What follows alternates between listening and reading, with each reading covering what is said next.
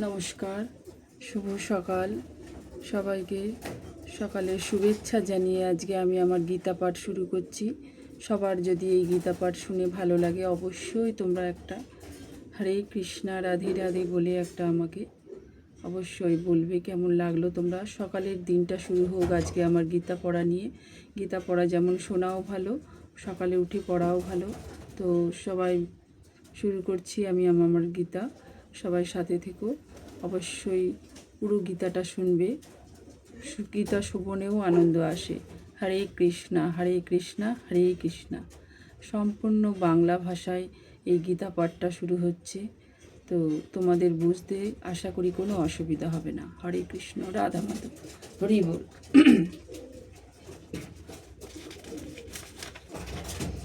গতির ভর্তা প্রভু সাক্ষী নিবাস শরণ্য সুহিত প্রভা প্রলয় স্থানাং নিধানাং বীজম ব্যয়াম। মানে হচ্ছে আমি সকলের গতি, ভর্তা প্রভু সাক্ষী নিবাস, শরণ ও সুহিত আমি উৎপত্তি নাশ স্মৃতি আশ্রয় ও অব্যয় বীজ। গতি শব্দের এখানে গন্ত বাসস্থানকে বোঝানো হয়েছে, যেখানে আমরা যেতে চাই, কিন্তু সকলের পরম গতি হচ্ছেন শ্রীকৃষ্ণ। যদিও সাধারণ মানুষ এই কথা জানে না, যারা শ্রীকৃষ্ণকে জানে না তারা নিশ্চিত রূপে পথভ্রষ্ট। তাদের তথাকথিত উন্নতির পথে প্রগতি প্রকৃতপক্ষে অসম্পূর্ণ অথবা ভ্রমাত্মক। অনেক মানুষের কাছে যারা বিভিন্ন দেব দেবীকে তাদের পরম লক্ষ্য বলে মনে করে এবং ঐকান্তিক নিষ্ঠার সঙ্গে তাদের পুজো করার ফলে তারা চন্দ্রলোকে, সূর্যলোকে, ইন্দ্রলোকে, মহলোকে আদি উচ্চতর গ্রহলোকে প্রাপ্ত হয়। কিন্তু শ্রীকৃষ্ণ দ্বারা রচিত এই সমস্ত গ্রহলোকগুলি যুগপৎভাবে কৃষ্ণ আবার কৃষ্ণ নয়। শ্রীকৃষ্ণেই শক্তির প্রকাশ হওয়ায় এই সমস্ত গ্রহলোকের শ্রীকৃষ্ণ, কিন্তু প্রকৃতপক্ষেই সেগুলি কৃষ্ণতত্ত্ব উপলব্ধির পথে এক পদক্ষেপ অগ্রসর হতে সাহায্য করে মাত্র।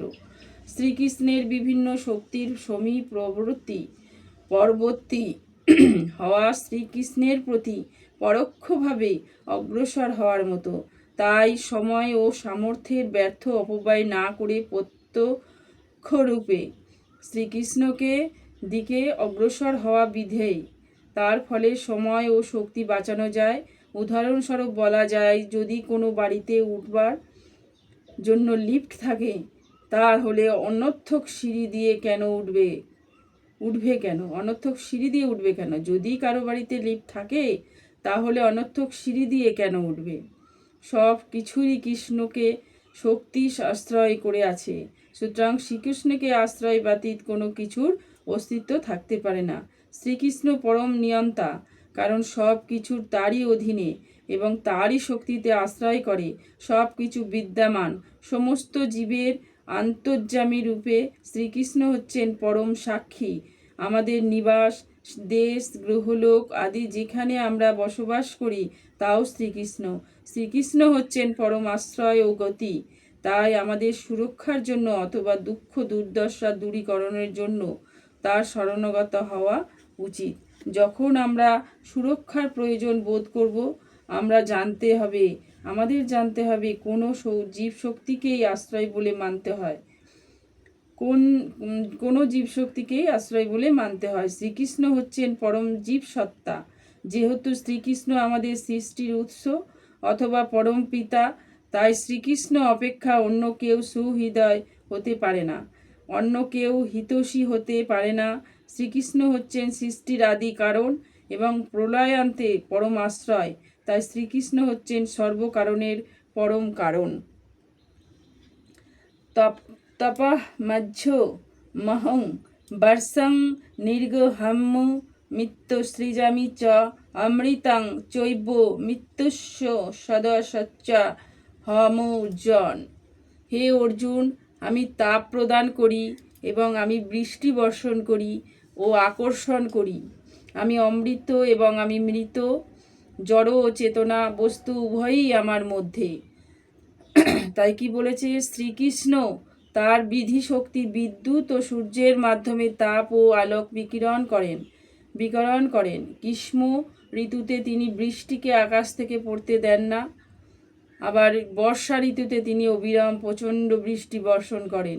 যে শক্তি আমাদের আয়ুকে পরিবর্তিত করে, আমাদের বাঁচিয়ে রাখে, তাও শ্রীকৃষ্ণেরই শক্তি। জীবনের অন্তে শ্রীকৃষ্ণ মৃত্যুরূপে আমাদের সামনে উপস্থিত হন। শ্রীকৃষ্ণ এই বিভিন্ন শক্তির বিশ্লেষণ করার ফলে আমাদের প্রতিপন্ন করতে পারে যে তার দৃষ্টিতে জড় চেতনার মধ্যে কোনো পার্থক্য নেই, অথবা পক্ষান্তরে জড় চেতনার উভয়ই তার প্রকাশ। তাই কৃষ্ণ ভাবনায় অতি উন্নত স্তরে এই রকম পার্থক্য সৃষ্টি করা উচিত নয়। এই অবস্থায় প্রতিষ্ঠিত যিনি উত্তম অধিকারী, তিনি সর্বত্র কিছুতেই শ্রীকৃষ্ণকেই দেখতে পান। যেহেতু জড় ও চেতনা উভয় শ্রীকৃষ্ণ, তাই সমস্ত জড় উৎপাদনে সংগৃহীত বিশাল বিশ্বরূপ হচ্ছে শ্রীকৃষ্ণ। মুরলীধর শ্যাম সুন্দর রূপে তার যে বৃন্দাবন লীলা, সেটি তার পরম মাধুর্যময় ভগবত লীলা। হরে কৃষ্ণা তৈ বৃদ্ধা মাং সমাপাপুত পাপা জৈগরিষ্ঠা স্বর্গতিং প্রার্থয়ন্তে তে পূর্ণমসাদ্য সুরেন্দ্র লোকম অসন্তি দিব্যান দিবি দেবগণম। হরে কৃষ্ণা। অনুবাদ হচ্ছে, ত্রিবেদজ্ঞগণ যজ্ঞানুষ্ঠান দ্বারা আমাকে আরাধনা করে, যজ্ঞবিশিষ্ট সোমরস পান করে পাপ মুক্ত হন এবং স্বর্গগমন প্রার্থনা করেন। তারা পুণ্য কর্মের ফলস্বরূপ ইন্দ্রলোক লাভ করে, দেবভোগ্য দিব্য সর্বসুখ উপভোগ করেন। ত্রৈবেদ্যা বলতে সাম যজু ঋক নামক তিনটি বেদে বুঝায় যে ব্রাহ্মণ এই তিনটি বেদ অধ্যয়ন করেছেন তাকে বলা হয় ত্রিবেদী। যারা এই তিনটি বেদ থেকে প্রাপ্ত জ্ঞানের প্রতি অন্তত আসক্ত, তারা মনুষ্য সমাজ সম্মান ও প্রতিষ্ঠিতা লাভ করেন। দুর্ভাগ্যবশত বেদের অনেক বড় বড় পণ্ডিতরা বৈদিক জ্ঞানের প্রকৃত তাৎপর্য উপলব্ধি করতে পারেন না। তাই শ্রীকৃষ্ণ এই শ্লোকে ঘোষণা করেছেন যে তিনি হচ্ছেন ত্রিবেদীদের পরম লক্ষ্য। যথার্থ ত্রিবেদী শ্রীকৃষ্ণের চরণাবৃন্দের শরণাগত হন এবং তার প্রতি উৎপাদনের জন্য বিশুদ্ধ ভক্তিযোগ নিয়োজিত থাকেন। এই ভক্তিযোগ শুরু হয় হরে কৃষ্ণ মহামন্ত্র কীর্তন ও সেই সঙ্গে কৃষ্ণ তত্ত্ব জানবার প্রচেষ্টা করার মাধ্যমে। দুর্ভাগ্যবশত সেই সমস্ত মানুষ কেবল আনুষ্ঠানিকভাবে বেদ অধ্যয়ন করে।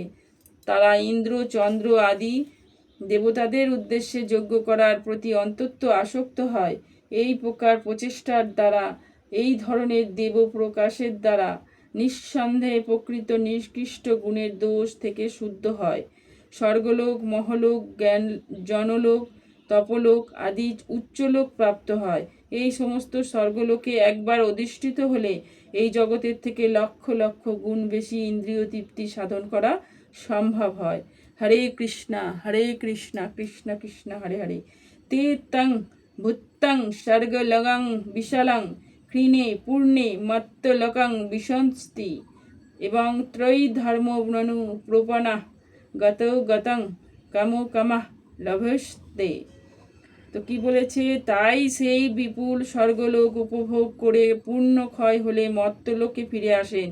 এইভাবে ত্রিবেদোক্ত ধর্মের অনুষ্ঠান করে ইন্দ্রিয় সুখ ভোগের আকাঙ্ক্ষী মানুষের সংসারে কেবলমাত্র বারংবার জন্ম মৃত্যু লাভ করে থাকেন।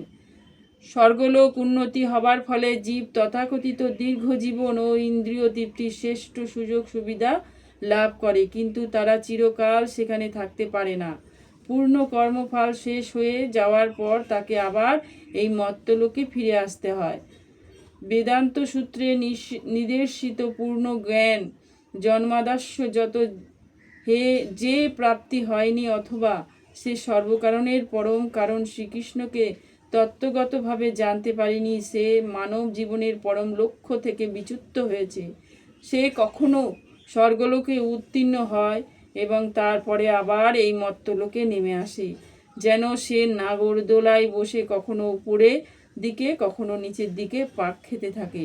এই তাৎপর্য হচ্ছে যে যেখানে একবার ফিরে গেলে আর নিচে নেমে আসতে হয় না, সেই চিন্ময় জগতে উন্নতি না হয়ে সে কেবলমাত্র উচ্চ ও নিম্নলোকে জন্ম মৃত্যুর চক্রে আবর্তন করে থাকে। তাই মানুষের উচিত যে চিন্ময় জগৎ প্রাপ্ত হওয়ার চেষ্টা করা, যার ফলে সচিদানন্দময় নিত্য জীবন লাভ করা যায় এবং আর কখনোই এই দুঃখময় জড়জগতে ফিরে আসতে হয় না। হরে কৃষ্ণ কৃষ্ণ কৃষ্ণ হরে হরে।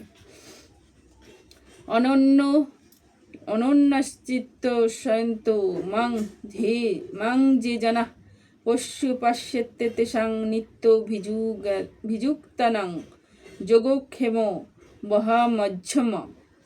অনন্ত কি বলেছে? অনন্ত আমরা চিন্তায় মগ্ন হয়ে পরিপূর্ণ ভক্তি সহকারে যারা সর্বদাই আমার উপাসনা করেন, তাদের সমস্ত অপ্রাপ্ত বস্তু আমি বহন করি এবং তাদের প্রাপ্ত বস্তু সংরক্ষণ করি।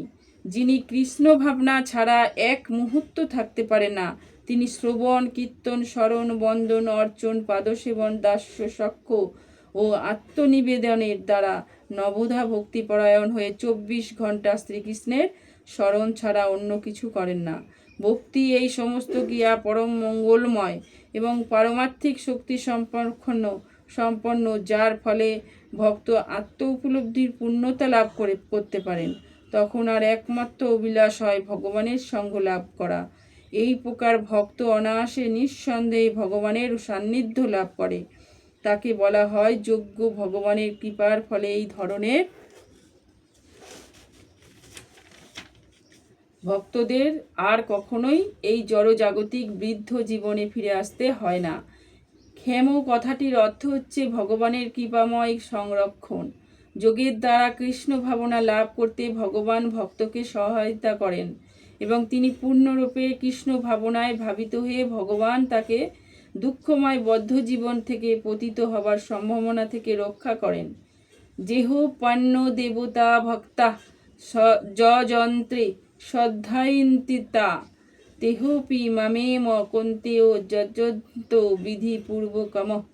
হে কন্তীয়, যারা অন্য দেবতাদের ভক্ত এবং শ্রদ্ধা সহকারে তাদের পূজা করে, প্রকৃতপক্ষে তারা অবিধি পূর্বক আমারই পূজা করে। তাই শ্রীকৃষ্ণ কি বলছেন? যারা দেবতাদের উপাসনা করেন তারা অল্প বুদ্ধি সম্পন্ন।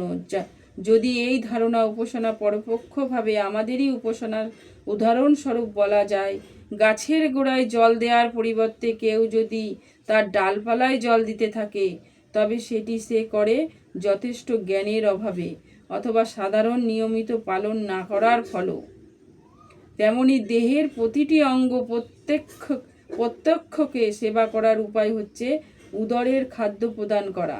সুতরাং বলা যেতে পারে দেবতার হচ্ছেন পরমেশ্বর ভগবানের সার্বভৌম প্রশাসনের অন্তর্গত ভিন্ন ভিন্ন পদাধিকারী শাসক এবং সঞ্চালক। পূজার কর্তব্য হচ্ছে রাষ্ট্রের আইন পালন করা, কর্মচারীর অথবা সঞ্চালকদের কল্পিত বিধান পালন করা কখনোই তার কর্তব্য নয়। তেমনি সকলের কর্তব্য হচ্ছে কেবল পরমেশ্বর ভগবানের আরাধনা করা। ভগবানের আরাধনা করার ফলে তার কর্মচারী স্বরূপ বিভিন্ন দেবতারা আপনা থেকেই তৃষ্ট হন। শাসক ও সঞ্চালকেরা রাষ্ট্রের প্রতিনিধি রূপে নিয়োজিত থাকেন এবং তাদের উৎকোচ দেওয়া অবৈধ। সেটি এখানে অবিধিপূর্ব কর্ম বলা হয়েছে। পক্ষান্তরে শ্রীকৃষ্ণ অনাবশ্যক দেবাপাসনা কখনোই অনুমোদন করেন না। অহং হি সর্বজ্ঞ জ্ঞানাং ভোক্তা চ প্রভুরেব চ ন তু মামভিজানান্তি তত্ত্বেন্না তশ্চ বস্তিত্বে। মানে হচ্ছে আমি সমস্ত যজ্ঞের ভোক্তা ও প্রভু, কিন্তু যারা আমার চিন্ময় রূপ স্বরূপ জানে না, তারা আবার সংসার সমুদ্রে অধিপতিত হয়। এখানে স্পষ্টভাবে বলা হয়েছে যে বেদে নানা রকম যজ্ঞ অনুষ্ঠান করার বিধান দেয়া আছে, কিন্তু সেই সমস্ত যজ্ঞের যথার্থ উদ্দেশ্য হচ্ছে পরমেশ্বর ভগবানের সন্তুষ্টি বিধান করা। যজ্ঞ শব্দের অর্থ হচ্ছে বিষ্ণু। ভগবদ্গীতায় 3য় অধ্যায়ে স্পষ্টভাবে বর্ণনা করা হয়েছে যে যজ্ঞ বা বিষ্ণুকে সন্তুষ্ট করার জন্যই কেবল কর্ম করা উচিত। বনাশ্রম ধর্ম নামক মানব সভ্যতার পূর্ণতা প্রাপ্তির উদ্দেশ্য হচ্ছে বিষ্ণুকে তুষ্ট করা। তাই শ্রীকৃষ্ণ এই শ্লোকে বলেছেন, সমস্ত যজ্ঞের একমাত্র ভক্তা হচ্ছি আমি, কারণ আমি হচ্ছি পরম প্রভু। তবু অল্প বুদ্ধি সম্পন্ন মানুষেরা এই সত্যকে উপলব্ধি করতে পারেন না। না পেরে সাময়িক লাভের জন্য বিভিন্ন দেব দেবীর উপাসনা করে। তাই তারা সংসার সমুদ্রে পতিত হয় এবং জীবনের যথার্থ লক্ষ্যে পৌঁছাতে পারে না। কিন্তু যদি কারো জাগতিক বাসনা পূর্ণ করার অভিলাষ থাকে, তার বরং ভগবানের কাছে তার প্রার্থনা করা অধিক শ্রেয়স্কর, যদিও তা শুদ্ধ ভক্তি নয়, এবং এইভাবেই সে তার বাঞ্ছিত ফল লাভ করবে। জানতি দেবব্রতা দেবানঃ পিতন্ন জানতি পিতৃব্রতা ভূতানি জানতি ভূতেজ্জা আন্তি মদোজাজি ন হোপি মম। মানে হচ্ছে, দেবতার উপাসকেরা দেবলোকে প্রাপ্ত হবেন, পিতৃপুরুষদের উপাসকেরা পিতৃলোকে লাভ করেন, ভূত প্রেত আদি উপাসকেরা ভূতলোক লাভ করেন, এবং আমরা উপবাসীরা আমাকেই লাভ করে, আমার উপবাসকেরা আমাকেই লাভ করে। হরে কৃষ্ণ কৃষ্ণ কৃষ্ণ হরে হরে, হরে রাম রাম রাম হরে হরে। এই বলে আজকের গীতা আমি এখানেই শেষ করছি। পরবর্তী শ্লোক আবার হবে কালকে। আপনাদের যদি গীতাটা ভালো লাগে অবশ্যই আমার পুরো গীতা শুনে কমেন্ট করতে ভুলবেন না। হরে কৃষ্ণ কৃষ্ণ কৃষ্ণ কৃষ্ণ হরে হরে। সবাই মিলে একবার বলো, হরি বল রাধা মাধব নিতাই গৌর হরি বল। হরে কৃষ্ণ কৃষ্ণ কৃষ্ণ হরে হরে। সবাই ভালো থেকো, সুস্থ থেকো। গীতা ভালো লাগলে অবশ্যই কমেন্টে একবার রাধে রাধে বলো। হরে কৃষ্ণ রাধে রাধে নিতাই গৌর হরি বল হরি বল।